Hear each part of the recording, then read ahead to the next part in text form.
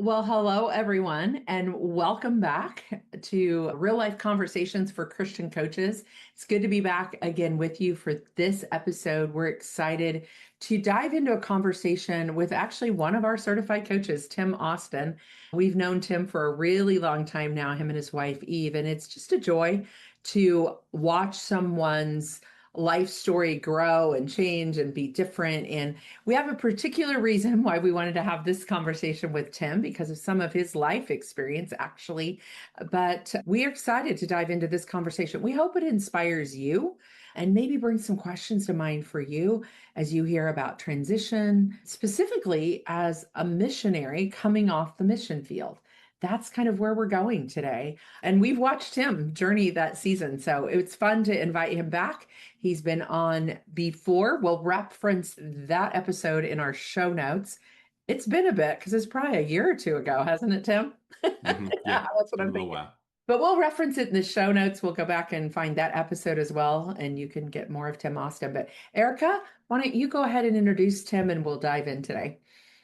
Well, as you said, Teresa, we're so grateful to have our friend and fellow coach, Tim Austin. And Tim works primarily with leaders who are navigating life and leadership transitions. And he actually was born and raised in California and spent 20 years living overseas and working with his family. And he served as a missionary, a pastor, a nonprofit leader, an entrepreneur, and he is an amazing husband and father as well. And so we're just grateful to dive in and hear a bit of where you are in your story now and some of what shaped your journey. So welcome, Tim, to the Thank podcast. you. Thank you. It's great to be here. And you said husband, father, and I would add grandfather. Fourth one is on the way. So yeah. Best girls ever. Is that for sure? Congratulations. Yeah. Yes. Yeah, congrats. Had to throw that in. Yeah. Well, Tim, as Yeah. Erica was walking through that, yeah, just give us the things between the lines. We look at the professional description that we give to people, but what else? What else is for Tim Austin and what is in this season? Wow. We're coming off a very interesting season right now. I mean, just personally, we came off the mission field. Okay, that was about 9 years ago, going on 10. And so Tajikistan for 16 years, then Turkey for several years, then back to Northern California. That transition from overseas back to the States was almost 10 years ago. And then we moved just about 4 years ago to Idaho to get closer to family, to take our businesses with us, both my wife and I. And so we became, during that period, that long 10-year period, a lot has happened. We became empty nesters, ended a decade-long season of supporting aging parents. Our last parent, my wife's father, passed away. So we've been in that season. Sandwich generation, kind of, if you know that term, of being in the middle there and with adult kids. And then you've got, yeah, we've had a long season of supporting our parents who had declining health. So we feel like we had this conversation the other day just with transition. Sometimes you feel confined and sometimes you feel a lot more free and flexible. And I think we're entering into a little season of more freedom and flexibility. Yeah. Yeah. And so it feels different than it did. I was just thinking back, Erica and I both met you. I think you and Eve both you and Eve are certified coaches with the content of the real life process and the tools. But I think we met you about a year after you had, because when you say 10 years, I'm like, I know I've had this business 10 years. So we probably met you 8.5, maybe 9 years ago. It wasn't long after you'd come off the mission field through a mutual friend who's also one of our coaches. And so, you know, yeah, there's been a lot. That's one of the beautiful things about being in community and being in different places. We've walked through a lot of different seasons as you and Eve have navigated all Mhm. of those things. I mean, I just want to say it has been a true joy walking with you, Teresa, and with the network of Real Life Process. And some of what aided me and my wife so much in this long season of transition and change was walking through the tools of the Real Life Process and getting clear on our needs and values, on what matters most, and some Yeah, of the signature tools of the yeah. process. So, Yeah, well, that leads us well, Tim, even just to hear a little bit more because this is such a unique opportunity. What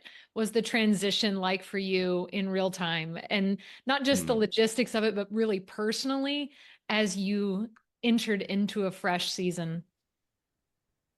Yeah, in real time. So I'm going to go back to that big shift from 20 years cross-cultural workers to coming back to the States.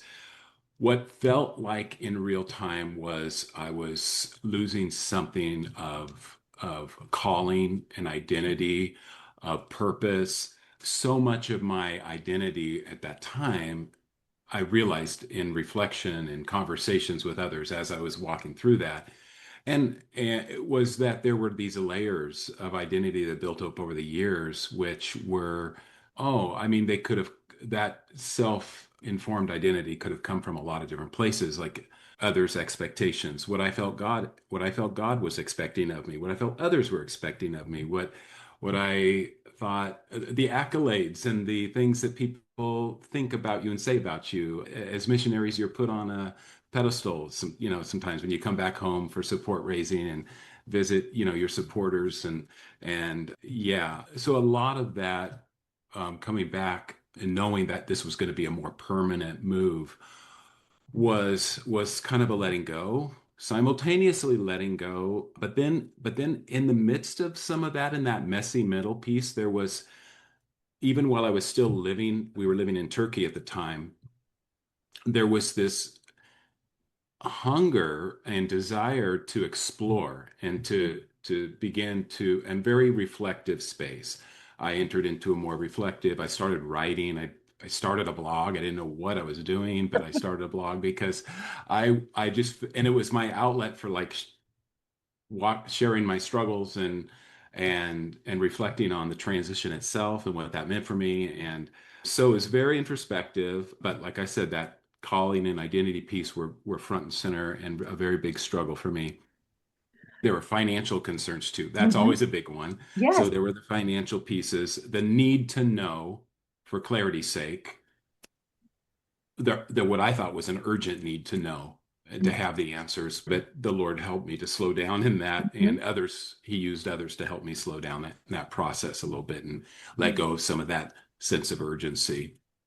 I think you're naming something so important, though, for a unique person, such as a missionary or someone. This is why transition for you is such a topic that you coach around, is because to its career, its identity, it's God's calling. People don't go to the mission field without feeling some sense of calling and purpose. And yet, when you decide to come back to whatever is home, that might not be the States, right? Because you could have come from somewhere else, but whatever was home, you don't really have a home, so to stay. You've made a home somewhere else. So there's so much around this identity piece that I think is important. Things like wrestling with, what's my purpose now? I remember us having those like, what am I going to do now? Not only for an income, but for a purpose. Mhm. Also talk a little bit, because I think this could be important.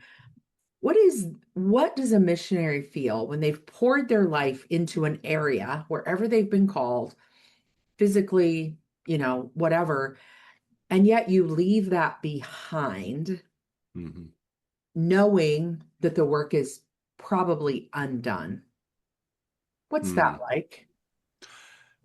That's a great question because I think in some ways it's not unlike other transitions, whether it's people who transition out of full-time church ministry, for example, pastors and ministry leaders who also struggle with there's overlap, I guess I'm saying, in some of the Mhm. things we struggle with, even just mid-career shifts, midlife Mhm. shifts in career and vocation. But I think maybe some unique things about missionaries who transition is that undone piece you said, because here we were in a place where a fraction of 1% of the people would call themselves believers in this country. And did we see that 1% move up to two? No. Did we have an impact? I believe we did, but you go with such a sense of calling and purpose and excitement over what God has called you to do. You really, for me, it was a wrestling with the work and the realization and the acceptance that the work will never be done. It'll never be complete. And I think a lot of that is going to, oh gosh, there's an old Steve Green song. We just played it at my father-in-law's celebration for life. May all who come behind us find us faithful, right? Mm, And may the footprints yeah. that we leave lead them to believe. May the lives we live inspire them to obey. You got to, for me, it was a letting go, but also just a trust. I think that trust is a big piece. Trusting that the Lord is going to That's beautiful. bring about in His time, in His way, His purpose and His plans. As you think about trust and that re-entry point for you, you mentioned the loss, the undone, and then there's this really surrender piece. What was helpful for you in anchoring yourself again, not just in who you are, but also what you do? And so there's the being and the doing part. But what helped anchor you again? I was talking about earlier that sense of urgency when I was on the heels of the transition, but back in the States and wrestling with what's next. How am I going to create new in this Yeah. mess, And I was talking to a friend. He was a counselor, professional counselor. I didn't hire him as my counselor. We were just friends. I probably should have hired him as my counselor, but we were just talking over the phone, and I was ranting and raving, probably venting, about some of the all this ambiguity and lack of clarity and he just kind of stopped me in my tracks and said, "Tim, have you taken time to breathe?" Mm, And I think that piece was a pivotal part for mm, me to shift my perspective from what this transition could be, the potential of transition in that messiness and that creative piece, and how to lean into that with a trust, right? With that mm, trust and so I think what anchored me was an acceptance of, okay, I'm willing, Lord, to slow down here and let you speak into this for me and let you lead. And another thing that anchored me was real, tangible things that I saw the Lord doing in the midst of the uncertainty. My desire was to become a full-time professional coach. I had already done my coach training when I was overseas and was already doing the coaching. So I wanted to start my own practice and go full time. That wasn't exactly what the Lord had in mind. So the church we were starting to attend after we moved back from the States, they needed someone to fill the role of executive pastor. And they just, out of the blue, I felt, offered me that role. And it was a part-time role, but it was that thing that anchored me so that I could continue to pursue, because mhm. there's the finances piece, right? There's the stability we need. So it anchored me to the point where I could continue to pursue my coaching practice and build that up while. So it was kind of like a temporary seasonal gift from the Lord. And He provides those things, I think, Yeah. in transition. Yeah. I think you're naming something though, whether you're a missionary coming off the field or someone coming out of a full-time career and looking to do something else. In this Mm-hmm. case, as we talk about on this podcast, going into coaching of some Mm-hmm. sort, whether, leadership or life or formational, spiritual formation. There's all kinds of ways you can coach, right? We know that, all kinds of hats and specific people. But for many people making any transition, it is opening your hands and saying, I mean, I've walked through it just recently. God, what's right in front of me that's a yes that you're wanting me to see that would provide something that would allow me to breathe? The words you said earlier. And so I remember that was about when we met, that you were taking this executive pastor role. Your heart's desire was coaching, but yet God knows ahead of us, like, oh, actually, I'm going to move you. And then actually, you're going to have a season of care for your parent. Like, it's all the things that Mm-hmm. He knows that we don't, and that trust piece. But I think you're naming something important for people wanting to make a career change from, for your example, missionary to coach, of sometimes there's an in-between stage Mm-hmm. Yeah. that you have to Yeah. walk through. It doesn't mean the path has changed. it's just a little bit of a, we're going to go to the left around this highway instead of taking the interstate straight to Mhm. what you want. We're going to go the back roads a little bit. And so your wisdom and understanding to go, this is God's provision for us, because Eve also has her own business and was Mhm. establishing her practice as a therapist and all the things that, yeah, I just think that's important for people to hear of, just because you choose a career as a coach doesn't Mhm. mean you're just going to open up shop. You know this as well as anybody. So does Erica. So does myself. That you're going to open up shop and, it's Field of Dreams and build it and they will come. Like, it's an entrepreneurial business. And we just talked, I think the last episode, or it's coming up in our sequence of, can you make money as a coach? We talk about real things on this podcast of like, Mhm. what's the reality? Because we're both coaching, as are you. And so I think you're naming something important. Doesn't mean you're not supposed to, or that it's not Yeah. God's calling, but you're just naming that. But I walked through the path that God had for me in that season. So yeah, that's a really important piece for sure.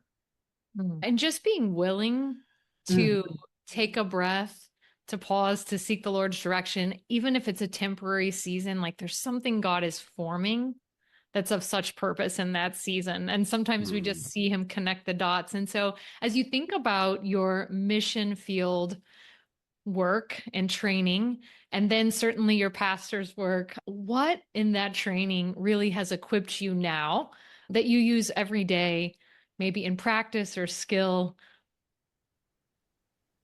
When I think about my experience overseas and cross-cultural work and living life overseas, I think openness to change, being good at and resilient and flexible, adapting, being able to adapt to change, some of that, and patient in the waiting. Long lines and queues are are something you just get used to over there. The money that's handed under the table is the one that gets the attention. Those kinds of things in a country that, in Central Asia, where in particular where we lived, a cup of coffee or a tea in that culture, and listen and have a conversation. So Yeah. a lot of that just kind of weaves itself or kind of flows into what I do as a coach.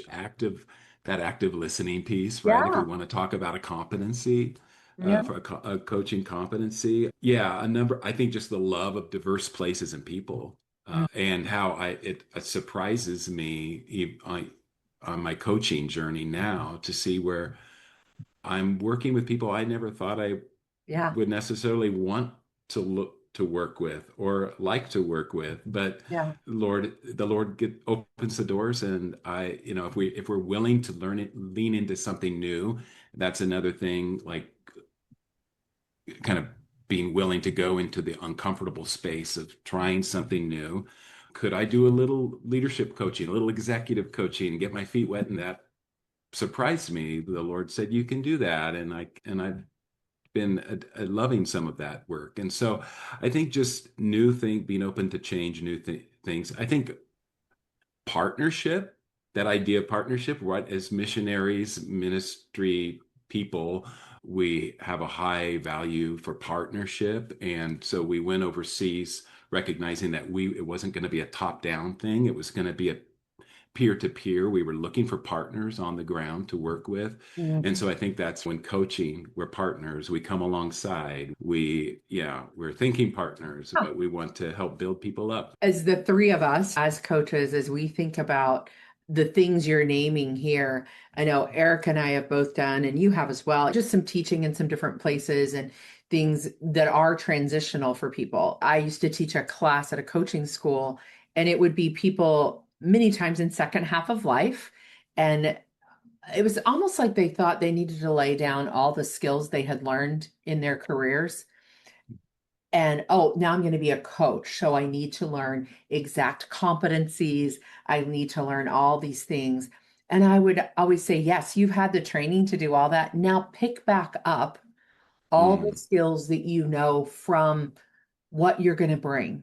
pick back up the adaptability piece, the ability to listen over a long cup of coffee. But you've got to identify those skills first. So if you are someone in the mission space, you have so many skills. And one of the Mm, greatest ones that I would name and see, I believe everyone needs to travel outside of the United States. I just believe in that so fully. Eric and I've actually done it together, even. And you need to be outside of your bubble, so to speak, to appreciate all the multiple cultures in the world and the way mm, people are coming. And for people on the mission field that might be looking at coaching, I think that's a skill that yes. you might be on a call with someone in the morning around one thing and then adapt to a call in the afternoon that's a totally different person, totally different place. And that's a skill that I see just the presence sometimes of missionaries that they have differently, the openness, the crazy little things like you named of transactions under the table. Now, we don't do that as Hmm. coaches, but Hmm. yet learning to be in the moment of where you're at and understanding what's culturally acceptable in one place might not be in another. I mean, all of those to me make a formation of a great listener, a That's good. great coach, all of that. And I think, Tim, you're using all of that today. Probably you and Eve both in the work you're doing. You just come back a different person, I would think, than when you left to go to the mission field. Yeah, but in the moment, you don't, like you were saying in real time, Erica, when you ask it, like you don't realize all that's preparations, that all of which was preparation for you then somehow To the next. Yeah. is going to come out in different ways, manifest itself in different ways in the work you do, whether that's as a coach or yeah. But I think that just that stereotypical kind of missionary should be out. You see them on the street preaching or house to house or in the church or teaching in a Bible school. And but so often missionaries can be are generalists in some ways and jacks of all trades in some ways and do a lot of different things that sets themselves up. I believe that they're really set up well in many cases to do to move into a new season and really create new in partnership with the Lord, something new because they've done it before. We just don't always realize it, you know. Eric and I have talked differently. We've both had other careers. Erica was in education for a long time. You don't know it in the moment that everything you learn and do, you will pull from again. And it's part of the Mm, formational work that God is doing in us. Yeah, I use all kinds of skills and it is why when you're younger, you don't have that to draw from. The older you get, the deeper the well is in some ways. And that's nothing against youth. We need the mhm. energy of the youth. We need their energy I'll take for some of sure. that. For sure. Well, it certainly is part of the theme that we're talking about, but nothing is wasted. God has a purpose in Mm. all of our stories to really prepare us for what he has next for us. And you're talking about that, so beautifully, Tim. And so, what does living on mission for you look like now in this season?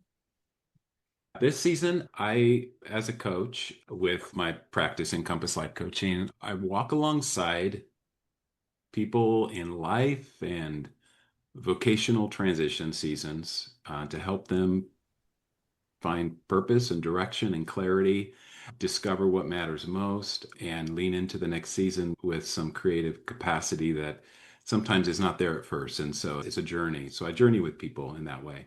You're no longer doing the executive pastor. Like God has brought it full circle Right. to, you live in a different Yes. place than 10 years ago when you came off the field, all those things that you said. Hmm. Yeah, that you are Hmm. doing the coaching that you had Yeah. decided to do. Lots of workshops and trainings for people as well in transition, I think is a part of Hmm. some of the work that you do. Yeah, and I do. That's where some of my past life is still engaged with because although I'm not living on the field overseas in a cross-cultural capacity, I'm actually able to, the Lord has opened doors for me to do trainings for ministry leaders, missionaries, to help them walk alongside other people in transition, to give them some tools to be able to do that. I was going to say too about the going back to identity and the whole shift in thinking and perspective around this. Someone said to me recently, someone I've been coaching for years, one of the few that I've been just kind of walking alongside for many years. They said recently, and I was talking to our good friend Mark Ross the other day about this, and we were just having a conversation, and I said, you know what? I mentioned this client I'm working with, didn't give any names, just said this person I'm coaching, I've been coaching them for years, and more recently they said, Tim, thank you for pastoring me. Mm. And I said to Mark, I said, I didn't know what to do with that. I didn't really like it. I'm a coach. I'm not a pastor.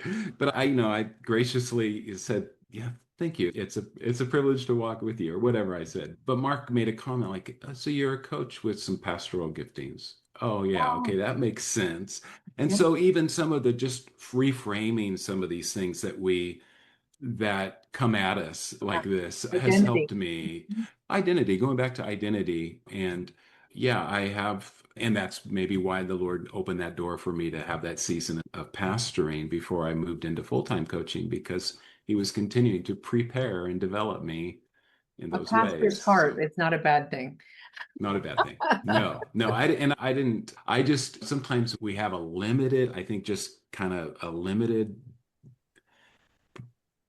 we're always kind of forming it. And I've been forming over the past 10 years this new identity. Mhm. And someone saying, thanks for being my pastor didn't fit in to Yeah, the box that I had. So the Lord was saying, I need your box yeah. to be a little bigger here. I Open need the you open the lid to, here, Tim. Like yeah, there's more to put in. Yeah. That's a great way yeah. of seeing it. I was just on with a client today and we were talking a lot about that identity piece. Like we talk about it in the network of coaches that we have of we want to give ourselves a name, right? We want to give ourselves a Mm, role so that even when we meet people, that was the simple conversation I was having with a client of like, what do I say that I do?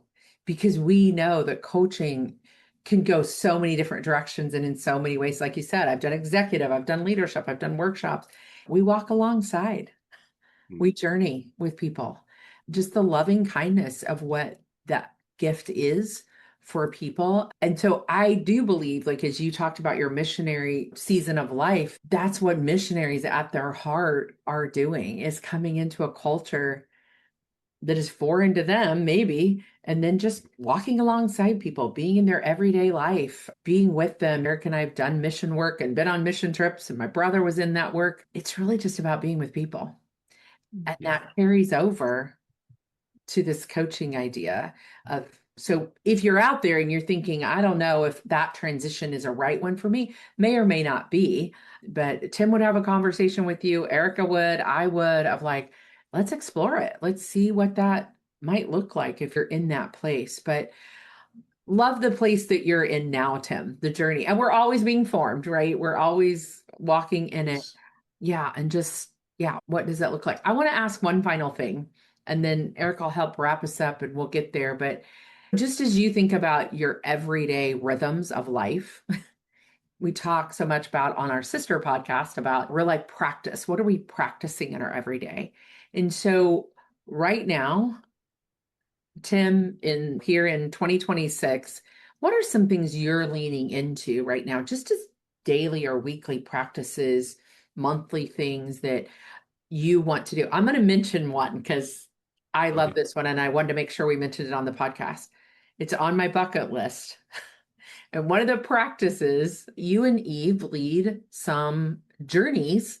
You're still going overseas. You want to talk about that for a minute? Just what Oh, you guys yeah. do Yeah. in Yeah, leading? that's an annual rhythm, has come about over the past 4 years. Annually, we've been facilitating couples pilgrimages on the El Camino de Santiago. And so it's a week-long experience where we're leading a small group of couples over about 6 days of walking on the Camino, different sections of the Camino. And it's just a real reflective space, liminal space, you might say, a place to process transition could be a big one. That if you're processing transition and want to set yourself up for a real, a meaningful path forward and through the transition, this can be a really great space to do that, to get some time on the trail. So reach Yeah. out to Tim if you're interested in that. We'll give his contact, but Okay. I say it's on my bucket list. And he tells me every time they're going, and I'm like, oh, not this time, not this time, but It'll happen. it'll happen. And I love that is a rhythm for you all since you've been home in the last 4 or 5 years that you've just developed this way. But let's go a little more practical than that. I just had to fit that in. But what's some rhythms look like for you? Yeah, yeah. Rhythms are lots of walks in the morning and in the evening with my puppy. She's almost 3 years old now, so but she still acts like a puppy. So I get lots of walks in. I love to walk. So it's just not the Camino. I build that into my day. It's a reflective space for me. It's a prayerful space for me. I love being in the outdoors. So marveling at God's creation. So that's a big part of a rhythm for me. Of course, we can talk about the regular things I try to do on a daily basis is just having some time in God's word and in prayer. But more than that, I feel like I really engage with a rhythm of engaging my whole body somehow helps me. So I feel like I'm less distracted when I'm out there walking, Mhm. or listening and more engaged when I'm out there walking or hiking. So things like that we can do in Idaho. We go on hikes, my wife and I, and try to do that. If you want to talk about kind of seasonal routines, we just got 2 years ago, we got a camper trailer. So we're actually doing some of that together.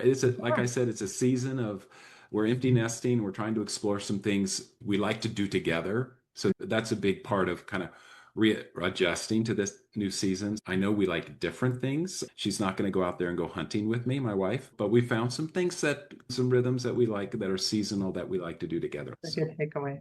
Well, it's beautiful to hear how exploration and reflection served you as you came off of the mission field and you're still practicing it and you're integrating it into the rhythms with your wife and your family and just people that are so life-giving for you. And so Tim is such a steady, faithful presence, and you use that word pilgrim on the journey. And I see you as that friend. So grateful for the work you're doing in the world. Certainly, as Teresa mentioned, Tim is a real life process coach.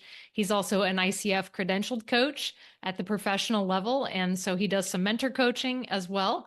I know would be a great companion if you're looking in that transition phase and just forward to what's next. You might want to have a conversation with Tim. So thank you, Tim, for being with us. Where can listeners connect with you if they're desiring just to get to know you and have a conversation deeper about potentially working together? Yeah, well, thank you for having me today. It's been a joy to have this conversation with you guys. And people can reach me on my off my website, encompasslifecoaching.com, or just shoot me an email, tim@encompasslifecoaching.com. Yeah. And we'll have all that in the show notes. You can also find him inside of our free community, the Real Life Process Circle community. And you can find Tim there. You could message him there. You just go to our website, thereallifeprocess.com, and click on Join Community. And once you join, you will find people like Tim, a lot of our coaches, but it's open to the public. It's just a great space to hang out with. Tim has his blog on there sometimes or articles that he's writing. Him and Eve have a little beta course that they're testing right now, some different things. They just do beautiful work together.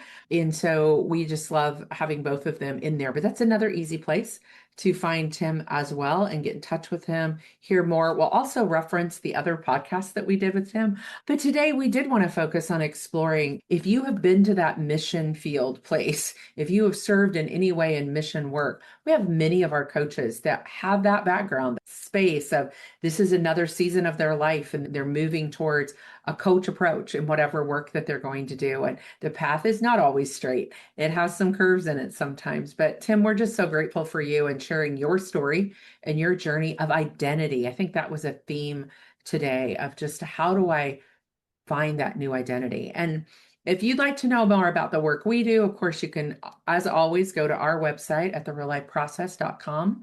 We spell real life with one L, so that's always important to know. Well, Erica, thank you so much for joining me today, as always, and Tim as well. Remember that every ordinary day has an extraordinary moment. You just have to look for them. So we'll see you in a couple weeks back here at Real Life Conversations for Christian Coaches. So talk soon.